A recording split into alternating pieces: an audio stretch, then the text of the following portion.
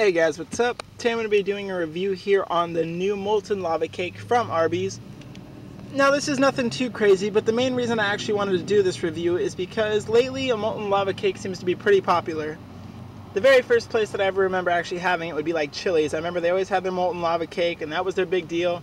And then there was Domino's, which also has their molten lava cakes, and I'm pretty sure there's a few other places that have some kind of a lava crunch cake or anything like that. If you're a big chocolate fan like myself, I don't see why you wouldn't like this, but this comes pretty simple. It comes in these little containers frozen, and all they do is microwave them, so I'm not expecting nothing too crazy, but I figured at least get a review out and let's see how it tastes.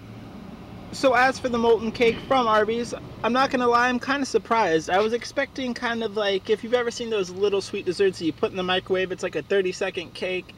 This thing actually had 3 different types of chocolate flavor in it. Now there was the top coating right here, which is like those little crumbles on top. The taste of those was alright. It kind of had that freezer taste, like it's been in a freezer, and kind of like an artificial cocoa taste to it.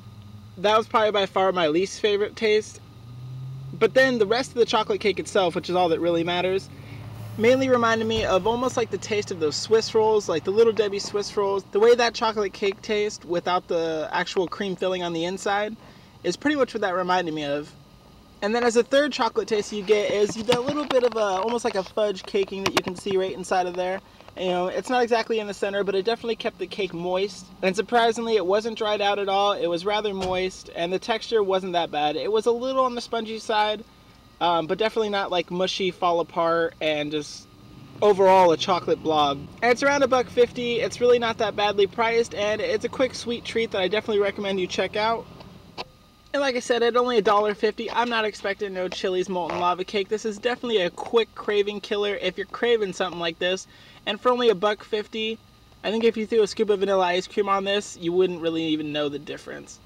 And also for the chocolate itself, it wasn't too overly sweet. It was actually fairly rich and had a hint of like the cocoa bitterness that I really enjoyed. So for only $1.50, this is definitely a good way to kill your chocolate cravings. But thanks for watching, guys. There'll be plenty more videos to come. Subscribe.